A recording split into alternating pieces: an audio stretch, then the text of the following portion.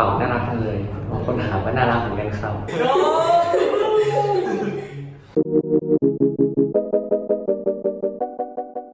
สวัสดีค่ะสวัสดีครับ ก็เนื่องจากมีน้องๆรีเควสต์มานะคะว่าให้ทำคลิปแนะนำเข้า Oxbridge วันนี้พี่ก็เลยมีแขกรับเชิญ2 ท่านซึ่งก็คือสวัสดีครับพี่อู๋ครับ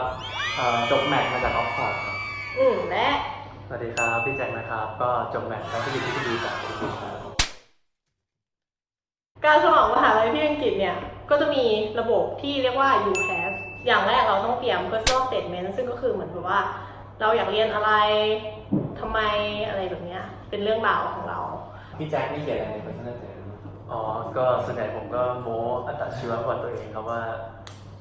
เรียนมาอย่างนี้นะไปประสบความสำเร็จแบบนี้นะอะไรเงี้ยทำไมอยากเรียนฟิสิกส์แล้วก็จบด้วยแบบประโยคตอนท้ายว่าโกของเราเนี่ยถ้าได้เรียนอันนี้ไปเสร็จแล้วเนี่ยจะทำอะไรต่อประมาณนี้ต่อไป referee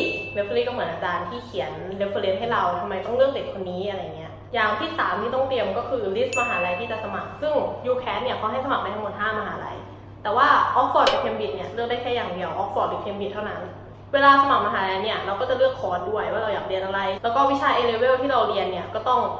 match กับ requirement ของคอร์สนั้นด้วยก็คือต้องไปดูในเว็บไซต์เขาว่าใช่อยากจะเรียนคณิตศาสตร์ก็ต้องเรียน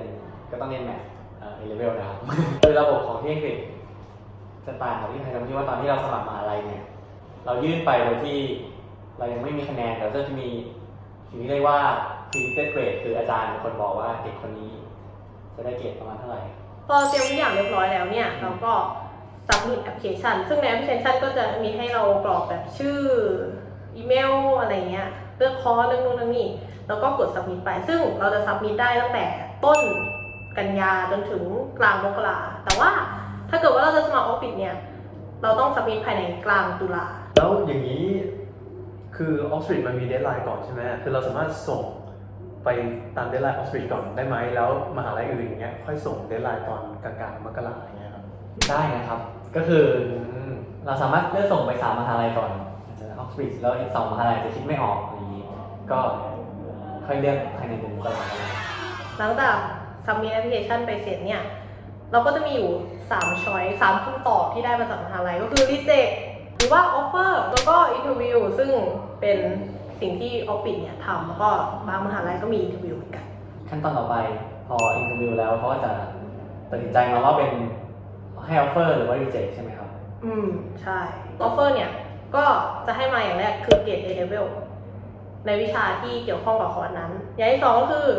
อันนี้แล้วแต่คนภาษาอังกฤษถ้าภาษาอังกฤษยังไม่ผ่านเขาก็จะให้ว่าเราต้องทำ IELTS ให้ถึงเท่านี้อย่างที่3ก็จะเป็นสอบเพิ่มอันนี้แล้วแต่วิชาอาจจะได้ offer มาทั้ง5 ที่เลยก็ได้เราเลือกได้แค่2 ที่ซึ่งที่หนึ่งเป็นที่เหมือนเป็นเฟิร์มก็คือที่หลักของเราใช่แต่ถ้าไม่ได้เฟิร์มก็คือไปดูอินเทอร์เน็ตก็ได้ไหมพูดถึงเรื่อง offer เนี่ยครับผมเคยได้ยินว่ามันมี offer อีกแบบหนึ่งที่ไม่มี condition ด้วยหรือเปล่าครับอย่างนี้คือเราต้องอะไรหมายถึงเราต้องมีแบบว่าสัมพันธ์ยังไงถึงจะได้ offer แบบนี้ครับ offer นั้นเนี่ยเรียกว่า unconditional offer ซึ่งที่พี่พูดถึงก่อนหน้านี้เนี่ยคือ conditional offer คือเราต้องผ่าน condition ใช่ไหมแต่นี่คือ unconditional คือถ้าแบบเราได้ offer นี้ปุ๊บคือเหมือนได้เข้าเลยรับเลยอันนี้ก็อาจจะเกิดกับคนที่มีเกรดอยู่แล้วอะไรเงี้ยอาจจะแบบเทคกับเยียแบบเรียนจบแล้วเทคกับเยียแล้วค่อยมาสมัครอย่างเงี้ยเราไม่ได้อะไรเลยเราก็จะติดต่อกับมหาลัยโดยตรงซึ่งมหาลัยหลายๆที่เนี่ยที่เขาที่ยังไม่เต็มเขาก็จะประกาศว่าเรารับเคลิ่งนะแล้วก็ติดต่อไปมหาลัยว่าอยากเข้ามหาลัยคุณอะไรเงี้ยเรามีเกรดเท่านี้เขาก็จะบอกว่าได้หรือไม่ได้ทีนี้เราจะมาลงรายละเอียดที่ Oxbridge กันโดยผู้เชี่ยวชาญทั้ง2 คนนี้นะคะเรามาเริ่มจากสเตจแรกกันเลยดีกว่าที่เราต้องเตรียมเนาะแบบว่าก่อนที่จะ submit application ใน UCAS เนี่ยเราต้องมี personal statement referee อะไรเงี้ยแล้ว Oxford Cambridge เนี่ยเรายังต้องเลือก college คืออะไรคนเขาจะชอบเปรียบเทียบกันว่าถ้าจะนึกถึง college อย่างเงี้ยนึกถึงบ้านใน Harry Potter อะไรเงี้ยซึ่งถามว่าทำไมถึงเป็นอย่างนั้นเพราะว่าเวลาเราเข้าไปใน Oxbridge เนี่ยเราอาศัยอยู่ที่ college เรากินข้าวนอนอยู่ที่ college สิ่งเดียวที่เราจะทำนอก college ที่เกี่ยวกับการเรียนก็คือไปนั่งเลคเชอร์ ดังนั้นคอลเลจก็คือก็กลายว่าเป็นเหมือนแบบบ้านให้เราอยู่มีที่อาหารให้กินมียิมมีที่ซักผ้ามีนู่นมีนี่ก็คือทุกอย่างในการใช้ชีวิตของเราเนี่ยก็คือจะอยู่ที่คอลเลจ แล้วเราก็จะอยู่คอลเลจเดิมเป็นเวลา ตลอด 3 ปี จบการศึกษา เลย ใช่ตลอด ก็คือเพื่อนของเราก็จะอยู่ อยู่ในนั้นซะส่วนมาก ใช่ เพราะฉะนั้นคอลเลจก็เป็นเหมือนช้อยส์หนึ่งที่สำคัญ เคมบริดจ์นี่มีประมาณ30 กว่าคน ประมาณ เรียน 36 ส่วนออกฟอร์ดมี ก็ประมาณเท่ากัน มันเท่าๆกัน ก็โลเคชั่นเป็นอย่างแรกที่ อืม คนดูว่าอยู่ที่ไหนในเมืองอาจจะบางคนอาจจะชอบในเมือง เพราะว่าใกล้ร้านสะดวกซื้อพวกมาร์เก็ตใช่ไหมครับบางคนอาจจะชอบนอกเมือง เพราะว่าลมสงบ อากาศ เงียบ ดี ใช่อีกอย่างหนึ่งที่เป็นสิ่งที่ส่งผลต่อการเลือกของผมเหมือนกันก็คือว่าคอลเลจเนี้ยเคยมีคนดังเข้าไปเรียนอยู่ อืม เช่นแบบเราจะเคยได้ยินว่าเฮ้ยนิวตันอะไรอย่างเงี้ยนิวตันจบเคมบริดจ์นะเมื่อกี้จบเคมบริดจ์แม็กซ์จบเคมบริดจ์แบบเราก็จะอยากรู้ว่าเฮ้ยแล้วเขาจบจากคอลเลจไหนอะไรเงี้ยแล้วพอเราไปดูแล้วเฮ้ยเขาจบจากแบบคอลเลจเกือบๆเดียวกันหมดเลยอะไรเงี้ยก็เป็นอีกอันหนึงว่าเรา ฉะนั้นก็คือคอลเลจของพี่แจ๊คนั่นเองนะครับ เก้าอี้ที่ไปนั่งมาก็เป็นเก้าอี้ที่นิวตันนั่งมาแล้ว ก็คือเรามีช้อยที่จะออกไปอยู่ข้างนอกก็ได้ แต่ว่าเพื่อนส่วนใหญ่ทุกคนก็จะอยู่กันในคอลเลจ อืม เราพูดถึงคอลเลจไปแล้ว แต่ว่าทีนี้เวลาจะสมัครคอลเลจนี่มันขั้นตอนเป็นไงบ้างครับ ก็ใน UCAS ใช่ไหมที่ทุกคนต้องกรอกเนี่ย เวลาเลือกออฟบิทเนี่ยมันก็จะมีช่องให้เลือกด้วยว่าเราจะเอาคอลเลจอะไร เช่น ของแฟนเนี่ยเลือกเซนต์จอห์นคอลเลจก็คลิกเลือกเซนต์จอห์นคอลเลจไปแจ็คก็เลือก Trinity ใช่ไหม ใช่ ที่อยู่เลือก มอสเล่น มันก็จะมีอีกช่องหนึ่งที่เรียกว่า Open Application แปลว่าเราไม่เลือกคอลเลจเลย ให้มหาลัยเลือกให้ ถ้าเราเลือก Open App ปุ๊บโอกาสที่จะได้คอลเลจแบบดีเลยเช่นคอลเลจที่อยู่แบบท็อปเลยแบบยังไงอาจารย์ดีๆอยู่เยอะแบบอยู่กลางเมืองเหรอหรืออะไรแบบเนี้ยจะน้อยมากเพราะว่าคอลเลจพวกนี้ก็คือคนจะสมัครกันแน่ๆก็คือคนจะเลือกเลยว่าฉันจะไปคอลเลจนี้นะดังนั้นเขาก็คือจะค่อนข้างเต็มแล้ว มาคอลเลจดังแมทเพราะว่าสิทธิ์เก่าเก่งแมทก็เลยแบบคนที่เก่งแมทก็มาแย่งกันสมัครอะไรอย่างเงี้ย ใช่อะไรประมาณนั้นใช่ พอเลือกช้อยของเราแล้วเนี่ยอาจจะเลือกคอลเลจหรือเลือก Open App ใช่ไหมแล้วก็ Submit Application ได้เลย ทีนี้หลังจาก Submit Application เนี่ยเดี๋ยวเราจะแยกไปเป็น 2 แบบแล้วกัน เพราะว่า Cambridge กับ Oxford เนี่ยจะมีดีเทลต่างกันนิดหน่อย ก็อย่างจากที่แฟนพูดใช่ไหมก็คือหลังจากเรากดส่งแอปพลิเคชันไปปุ๊บเนี่ย Cambridge ก็คือจะส่งเอกสารกลับมาให้เราชุดหนึ่งให้เรากรอกซึ่งเอกสารนั้นเนี่ยชื่อว่า SAQ ทีนี้ใน SAQ มีอะไรใน SAQ ก็คือมันจะเป็นข้อมูลที่ต้องกรอกเพิ่มเติมจำพวกเช่นpersonal statement ที่ specific to Cambridge ว่าทำไมเราถึงอยากเข้า Cambridge เราเลือก college นี้เพราะอะไรพวกนี้สมมติว่าพี่สมัคร college A ไปเนี่ยหลังจากส่ง SAQ ไปสักพัก college ก็คือจะส่งไปกลับมาว่าให้คุณมาสัมภาษณ์นะอะไรอย่างนี้ที่ college วันนี้เวลานี้ได้ไหมเราก็คือไปตามนั้นพอหมายของการสัมภาษณ์ก็จะขึ้นอยู่กับแต่ละ college แล้วก็ขึ้นอยู่กับแต่ละวิชาด้วยบางวิชาก็สัมภาษณ์ทั้งวันหรือบางวิชาก็สัมภาษณ์แค่ครึ่งวันทีนี้โดยทั่วไปแล้วเนี่ยเวลาไปสัมภาษณ์เนี่ยมันจะแบ่งเป็น2แบบใหญ่ก็คือว่าสมมติเราเข้าไปถึงปุ๊บมันจะมีสิ่งเรียกว่าเป็นเหมือน general interview ก็คือเหมือนผ่อนคลายทั่วไปแหละเขาก็จะถามแบบทั่วไปว่าแบบเป็นไงมาไงคุณเรียนวิชาอะไรบ้างใน A level แบบคุณทำอะไรมานู่นนี่นั่นอะไรเงี้ยก็คือเป็นคำถามทั่วไปกับอีกอันนึงซึ่งอันเนี้ยจะค่อนข้างมีผลมากกว่าก็คือจะเป็นเหมือนเป็น subject interview ก็คืออันเนี้ยจะเริ่ม serious ละเช่นบาง college ก็คือให้เราทำข้อสอบอาจจะนั่งซิททำข้อสอบชั่วโมงนึงแล้วก็อีกครึ่งชั่วโมงคือไปคุยกับอาจารย์เป็น interview แบบ face to face ก็คือทำข้อสอบแล้วก็เอาไปคุยต่อเลย ใช่อย่างบางคอลเลจก็คือแบบให้มา1 ชั่วโมงใช่ไหมก็แบบให้เขาสอบมาสัก10 ข้ออย่างเงี้ยคุณก็นั่งทำไปทำได้เท่าไหร่ก็ถือกระดาษคำตอบนั้นเดินขึ้นไปตามห้องที่เขาบอกคุณว่าต้องเดินขึ้นไปอะไรเงี้ยแล้วก็เอาไปวางให้โปรเฟสเซอร์เขาตรวจแล้วเขาก็จะชมกับเราว่าข้อนี้คุณถูกแล้วนะอะไรเงี้ยข้อนี้คุณผิดนะหรือว่าข้อนี้ผมแบบก็จะใบ้ให้อะไรเงี้ยแล้วเขาจะดูเรามีวิธีการคิดยังไงอะไรเงี้ยเราสามารถขอมหาลัยได้ว่าขอที่พักได้ไหมอะไรแบบเนี้ยซึ่งส่วนใหญ่เขาก็จะให้อยู่แล้วถ้าเราเดินทางมาจริงๆซึ่งก็จะเป็นข้อดีแล้วก็เขามักจะจัดห้องที่ค่อนข้างดีไว้ให้เราก็เทสแพนเทจครับ ถือว่าเป็นเรื่องที่ดีแล้วเขาจะเลี้ยงข้าวเราด้วยที่อีกอันนึงก็สำคัญเพราะว่าข้าววันนั้นจะอร่อยที่สุดในปีเลยครับ หลอกให้เด็กเข้ามาหลอกให้เด็กเข้ามาก่อน ทีนี้หลังอินเทอร์วิวเสร็จแล้วเป็นไงต่อก็เราก็จะได้จดหมายเป็นอีเมลนั่นแหละตอบกลับมาว่าเราโดนรีเจ็คหรือเปล่า จบ ก็คือทีนี้มาถึงทางเรื่องเราได้ไปต่อดีกว่าก็คือเราได้ออฟเฟอร์มาสมมติที่พูดว่าพี่สมัคร college A ไปใช่ไหมแต่ว่าออฟเฟอร์ของพี่มีโอกาสที่จะมาจาก college A หรือมาจาก college อื่นก็ได้บางคนก็จะได้ออฟเฟอร์ที่เป็นอีเมลส่งมาจาก college อื่นเลยซึ่งอันนี้หมายความว่าอะไรอันนี้หมายความว่าน้องๆโดนสิ่งที่เรียกว่าพูซึ่งพูคืออะไรพูคือการที่ น้องไปสัมภาษณ์ใช่ไหมแล้วเหมือนคอลเลจนี้อาจจะแบบแข่งขันสูงมากแบบโอ้ยเด็กเก่งเต็มไปหมดแล้วเขาก็รู้สึกว่าแบบพอเขาเรียกคะแนนมาแล้วแบบโอเคคุณไม่ได้อยู่ในแบบลิสต์ที่เขาจะเอาให้ออฟเฟอร์อย่างเงี้ยแต่เขารู้สึกว่าคุณยังมีดีพอที่จะอยู่ต่อในเคมบริดจ์นะก็จะมีคอลเลจที่อาจจะคนไม่ครบหรือว่าเป็นคอลเลจที่อาจจะรู้สึกว่ามีเด็กที่ดีกว่านี้ไหมอะไรอย่างเงี้ยก็คือเขาจะมาดูคนในพูลแล้วเขาก็จะหยิบออกไปทีนี้เรามาดูฝั่งทางด้านออกฟอร์ดกันบ้างว่าจะมีอะไรแตกต่างหรือเหมือนกันยังไงก็สำหรับวิชาสายวิทย์ก็จะมีความแตกต่างเล็กน้อยก็คือจะมีเหมือน admission test ก่อน ก็คือคนที่สมัครไปเนี่ยจะต้องไปสอบadmission test คือเป็นข้อสอบของมหาลัยเพื่อวัดผลก่อนที่จะไปสัมภาษณ์ก็คือเขาจะตัดคนออกไปบางส่วนก่อนที่จะเรียกไปสัมภาษณ์สัมภาษณ์ก็จะเป็นระยะเวลานานกว่าที่เคมบริดจ์ก็คือ2 วันครับ2 วันคือไปทำอะไรบ้างอะตั้ง2 วันก็กินนอนก็ใช่ครับก็จะมีสอบ admission ก่อนแล้วก็คะแนนนี้ก็จะมีผลก็คือเขาจะดูคะแนนนี้ประกอบกับpersonal statement ที่เรายื่นไปแล้วก็จะเลือกคนมาสัมภาษณ์ก็ลักษณะการสัมภาษณ์ก็จะคล้ายๆกับที่พี่แจ็คบอกนะครับแต่ว่าจากประสบการณ์ของแบบผมที่ไปสัมภาษณ์มาก็ไม่ค่อยมีถามแบบ general เท่าไหร่มาถึงก็แบบก็คือมาถึงปุ๊บสอบเลยใส่เต็มไม่มีสอบไม่มีสอบด้วยอย่างวิชาเลขที่ไปสัมภาษณ์ก็จะเป็นแบบสวัสดีครับชื่ออะไรข้อ 1ก็คือจบเป็นรอบงานก็คือสวัสดีครับชื่ออะไรจบข้อ 1ข้อ 2ข้อ 3ขอบคุณบ๊ายบายแต่ก็เขาก็จะดีแหละครับแบบพาทัวร์มีเลี้ยงอาหารพามีรุ่นพี่พาไปเดินเล่นกินไอติม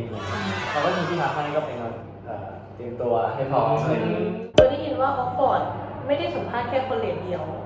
ใช่ก็คือทุกคนจะได้รับการันตีว่าจะได้สัมภาษณ์ถึง2 คอลเลจก็คือคอลเลจที่ตัวเองสมัครกับคอลเลจที่อีกที่หนึ่งหรือบางทีคนสมัครไปแล้วจะไม่ได้สัมภาษณ์คอลเลจนั้นแต่จะเป็นสัมภาษณ์คอลเลจทั้ง2 อันเลยก็ได้ถ้าคอลเลจมองว่าแบบเด็กคนนี้มีความสามารถนะแต่ว่าเราเต็มแล้วก็จะแบบส่งต่อให้คอลเลจอื่นได้ออฟเฟอร์มาเนี่ยเราก็ต้องมาดูว่าโอเคเราต้องทำให้ผ่านนะเราได้เข้ามหาลัยนี้อะไรเงี้ยทีนี้เราก็มาดูว่าโอเคหลังจากสอบ A level 2ทุกอย่างเสร็จหมดแล้วเราก็มาดูว่าถ้าเราผ่านก็โอเคเราจะได้ unconditional offer ไปเลยก็คือได้รับเข้ามหาลัยไปเลยหรือถ้าเราไม่ผ่านเนี่ยมันก็ยังมีออปชั่นคุยกับมหาลัยใช่ไหมมีใช่ไหม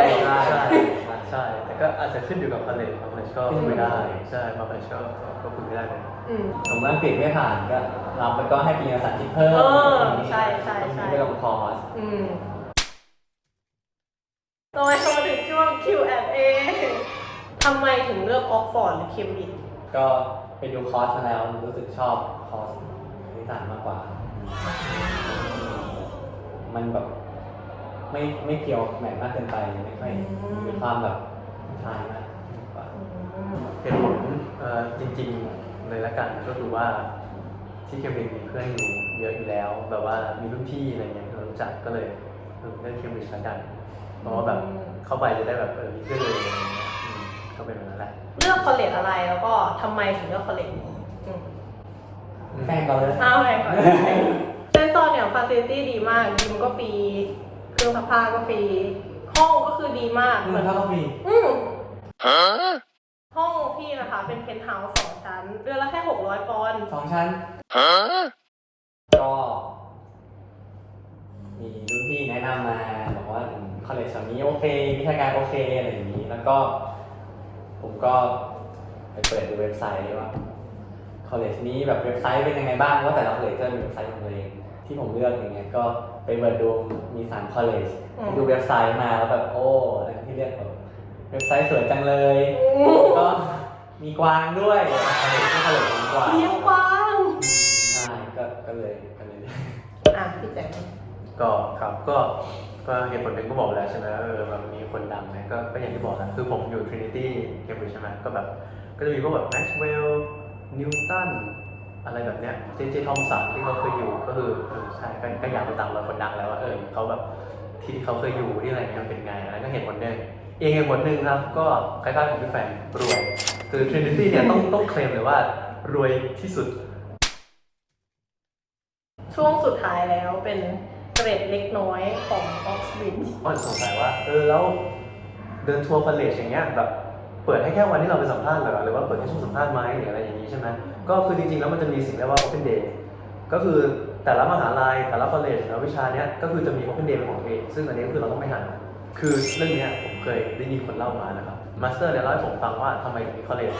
ซึ่งเขาเล่าว่าย้อนกลับไปเมื่อสมัยที่ออกซฟอร์ดกับเคมบริดจ์ขึ้นตั้งเลยเนี่ยมหาลัยเนี่ยตั้งขึ้นมาแล้วก็บอกว่าฉันจะสอนวิชานี้นะ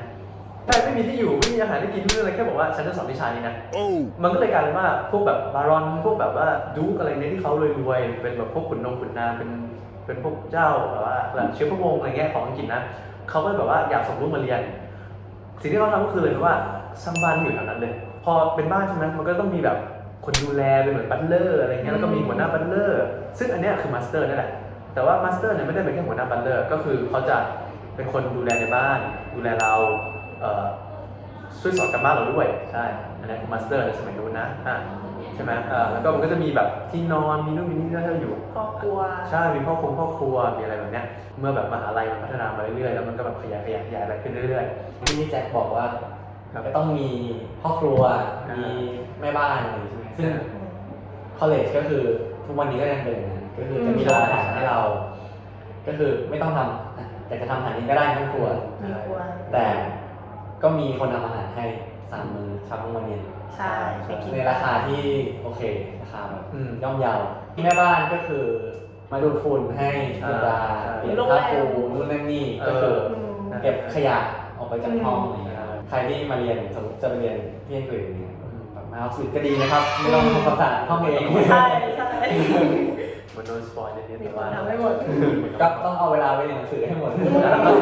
ไปเรียนอย่างเดียวใช่ทีนี้พี่หมูพูดถึงเรื่องอาหาร3 มื้อเนี่ยมื้อเย็นเนี่ยมันก็จะมีสิ่งหนึ่งที่เป็น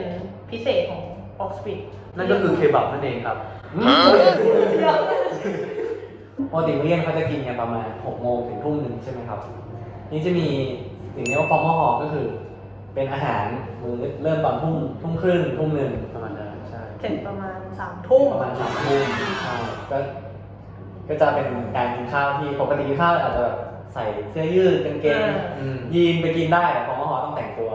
ตามเดรสโค้ดที่เขาบอกไว้เด็กบางทีก็จะจัดกันแบบจัด formal กันหรือว่าแบบพาเพื่อนมาเที่ยวที่คอลเลจก็จะพามากิน formal ใช่คำว่า formal ก็จะเป็น formal จริงๆแบบเสิร์ฟทีละคอร์สอะไรเงี้ยมีมีด3-4 เล่มอะไร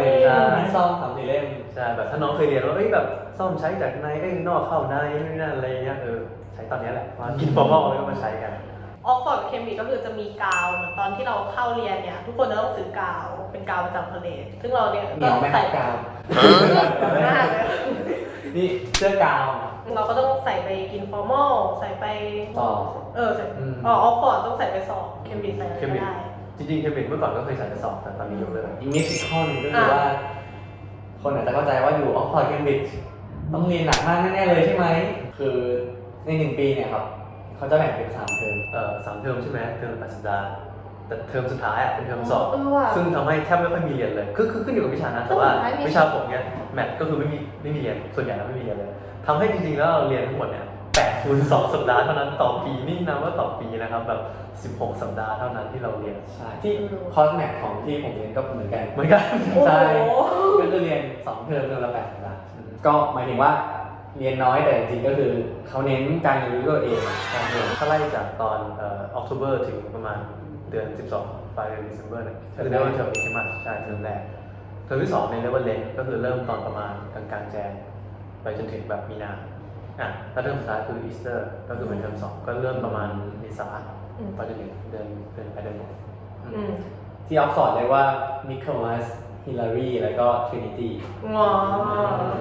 แล้วคือ Trinity เทอมก็จะเป็นเทอมที่2ใช่ไหมใช่ของเราทุกคนก็จะสอบแล้วส่วนใหญ่ก็คือจะสอบทั้งปีจะสอบที่ Trinity เทอมเดียวใช่เหมือนกันก็พวกพี่ๆนะคะได้พูดรายละเอียดเกี่ยวกับการสอบการสมัครมหาลัยที่อังกฤษใช่ไหมแล้วก็ออกบิดแล้วก็เป็นมิสหรือว่าเก็บความรู้เล็กน้อยนะคะถ้าน้องคนไหนมีคำถามก็สงสัยอะไรนะคะก็คอมเมนต์ไว้ข้างล่างได้นะคะบ๊ายบายครับอย่าลืมกดไลค์ Subscribe แชร์แนลพี่แฟนด้วยนะครับ